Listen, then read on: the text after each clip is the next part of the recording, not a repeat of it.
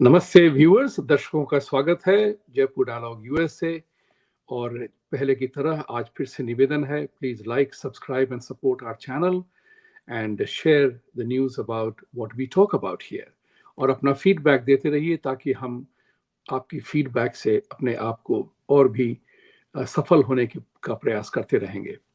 तो अब ये है 2024 का वो समय आ गया है जबकि भारत और अमेरिका में दोनों ही जगहों में इलेक्शन की सरगर्मी बिल्कुल चालू हो गई है।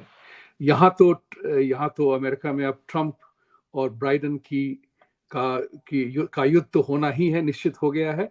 और उसके बारे में बाद में चर्चा करेंगे, लेकिन एक मूल बात जो है यहाँ पे कि ये इलेक्शन का समय है। सच झूठ का का द्वंद्व होता रहेगा, लेकिन कुछ चीजें होती हैं जो फिलोसॉफिकल और प्रैक्टिकल दोनों ही लेवल पे, फिलोसॉफिकल और प्रैक्टिकल दोनों ही लेवल पे बहुत ही महत्व रखते हैं। तो जैसे कि आज खबर आई है कि ममता बनर्जी को फिर से चोट लगी है। मैं आशा और उम्मीद करूंगा कि वो जल्दी रिकवर करें, लेकिन ये सोचने वाली बात हो जाती है कि जैसे उनको हर एक बार इलेक्शन के पहले उनको कभी पाँव में चोट, कभी ठिगने में चोट, कभी घुटने में चोट, अब इस बार थोड़ा सा रक्त बहा है। तो मैं चाहूंगा कि वो जल्दी जल्दी रिकवर कर जाएं और उनको गहरी चोट ना लगी हो। इस उम्मीद से मैं चाहूंगा कि लोग ये भी पूछें सवाल कि कैसे इलेक्शन के पहले ही आपको हमेशा चोट लगती है। ये जो अपने तरफ दया की एक पॉलिसी अपनाती हैं कि लोग उन पर दया करेंगी, तो ये जरा सा विचित्र सा लगता है। दूसरी खबर आज बहुत ही इंपॉर्टेंट है क्योंकि बाजार में आजकल खबरों की महत्ता बहुत ज्यादा हो गई है और इतनी खबरें हो गई हैं न्यूज लेकर के कि सबको ट्रैक करना बड़ा मुश्किल होता है। लेकिन एक मूल चीज होती है कि कौन सा सच है, कौन सा झूठ है और उसका क्या असर पड़ता है शॉर्ट टर्म में और लॉन्ग टर्म में। तो एक खबर तो फिर आई है आज कि यूनाइटेड नेशंस की रिपोर्ट के हिसाब से कि इंडिया ने बहुत ही महत्वपूर्ण प्रोग्रेस किया है मानव डेवलपमेंट के नाम पे, ह्यूमन डेवलपमेंट के नाम पे उनकी इंडेक्स में बहुत बढ़ोतरी हुई है। और इंडिया ने जेंडर इनइक्वालिटी इंडेक्स में काफी अच्छा प्रदर्शन किया है, जिसमें कि उन्होंने लिखा है कि लाइफ एक्सपेक्टेंसी और ग्रॉस नेशनल इनकम में बढ़ती हुई है। तो ये यूनाइटेड नेशंस की रिपोर्ट है, गवर्नमेंट ऑफ इंडिया की रिपोर्ट नहीं है। तो अब इसके ऊपर जो है टूल किट ऑपरेटर्स क्या करेंगे मुझे पता नहीं, लेकिन इतना तो निश्चित हो गया कि ये भारत के लिए बहुत ही अच्छी खबर है। तीसरी बात, एक चीज बहुत ही इंपॉर्टेंट है, फ्रीडम ऑफ स्पीच और freedom of religion. Democratic countries में इसकी बहुत महत्ता है क्योंकि इसका एक मूल आधार होता है फ्रीडम ऑफ स्पीच। यहां तक कि यहां हमारे एक स्टेट में यहां पे कहते हैं लिव फ्री और डाई, यहां तक कि उसका बोलबाला है लिव फ्री और डाई। लेकिन इतना बहुत ही इंपॉर्टेंट चीज है कि टिकटॉक के बारे में जो यहां हुई है, भारत ने तो उसको पहले ही बैन कर दिया था थैंकफुली। यूएस में जो अभी कांग्रेस ने पास किया है वर्चुअली, वो दोनों ही पार्टी आकर के इस पे प्रहार किया है कि टिकटॉक को बैन किया जाए, उसकी चाइनीज ओनरशिप जो है उसको या तो डाइल्यूट करें या ऐप को बंद करें। क्लियरली कहा गया है क्योंकि बहुत ही इंपॉर्टेंट चीज है कि जिस तरह से टेक्नोलॉजी का उपयोग हो रहा है या दुरुपयोग हो रहा है लोगों के मनोभाव को बदलने के लिए और उनको प्रभावित करने के लिए, इसका एक बहुत ही इंपॉर्टेंट सिलसिला आप यहां देखेंगे कि जब ये कानून बनने की कांग्रेस में डिबेट हो रहा था तो टिकटॉक ने एक बयान दिया अपने सपोर्टर्स को कि वो सब प्रदर्शन करें कि टिकटॉक को बैन न किया जाए, क्योंकि बहुत लोगों की आजीविका उस पर होती है, बहुत लोग उस पर निर्भर होते हैं न्यूज करने के लिए। लेकिन एक बात बताऊं मैं आपको, 2014 में एक पिक्चर बनी थी किंग्समैन द सीक्रेट सर्विस, और तो और उसमें एक सैमुअल जैक्सन जो है एक ब्लैक एक्टर हैं, बहुत ही प्रभावित एक्टर हैं। उनका जो रोल है, उन्होंने उसमें क्या किया है कि एक ऐप को फ्री उपलब्ध कर दिया सारे जनता को। बहुत ही इंपॉर्टेंट सी चीज है, 2014 की ये कहानी है, फिल्म है जो बहुत बड़ी हिट भी हुई थी। तो वो जो है उन्होंने एक ऐप ऐसा बनाया है कि जो भी उस ऐप को लेता है उसको फ्री में मिलता है और फोन भी फ्री कर दिया गया है। और उस ऐप के सहारे वो लोगों की मानसिक अवस्था को कंट्रोल करते हैं। आज टिकटॉक का वही प्रदर्शन मैं देख रहा हूं यहाँ पे, कि स्वाधीनता को बचाने के लिए, फ्रीडम ऑफ स्पीच को बचाने के लिए ये बयान हो रहा है कि हम मदमस्त होने के लिए तैयार हैं, ब्रेन वॉश होने के लिए तैयार हैं, लेकिन हमारी फ्रीडम को रखा जाए। इसका सोचिए कि इसका प्रभाव इलेक्शन पे कैसे हो सकता है। हमने 2-4 दिन पहले एक वीडियो दिखाई थी, हमने अपने ट्वीट पे डाला था, कि जिसमें हिलरी क्लिंटन ने ये कहा है 1990-91 के आसपास, उन्होंने जॉर्ज सोरोस को इंट्रोड्यूस किया उन दिनों, और कहा, जॉर्ज सोरोस ने ये कहा कि समाज को कंट्रोल करने के लिए हमें इलेक्शन प्रोसेस पे प्रभाव करना पड़ेगा। ये 1990 की स्टोरी है भाई। तो आप सोचिए कि राजनीतिक उथल पुथल में कंट्रोल और डोमिनेशन, यही दो मूल शब्द होते हैं, कंट्रोल और डोमिनेट द आम जनता। ये कुछ कह के या कुछ प्रभावित करके उनको कंट्रोल में रखा जाए, कि वो वही करें जो हम कहते हैं।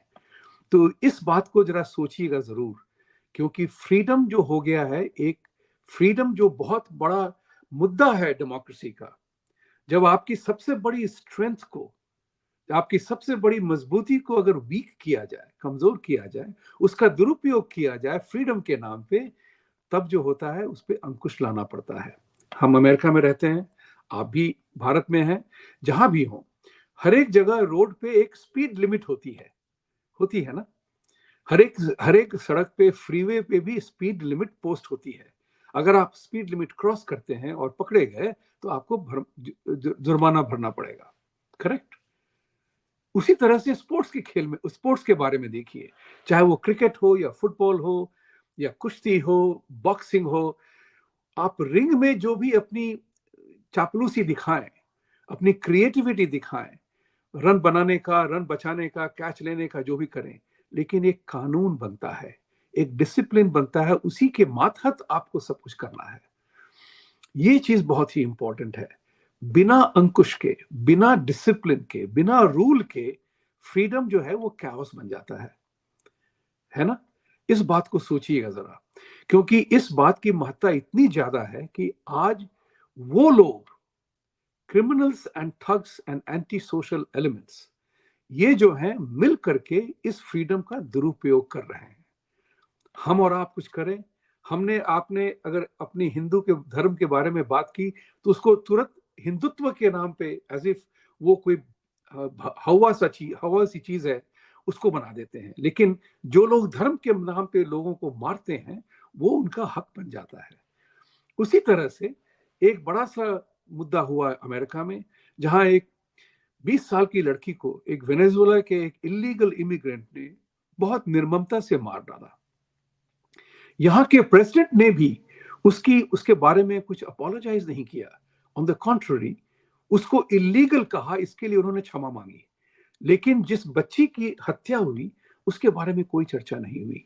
सोचिए इस बात को, कि यहाँ पे लोग जो हैं, उन लोगों को जो कानून तोड़ के यहाँ आते हैं, उनको कहते हैं न्यू माइग्रेंट्स, और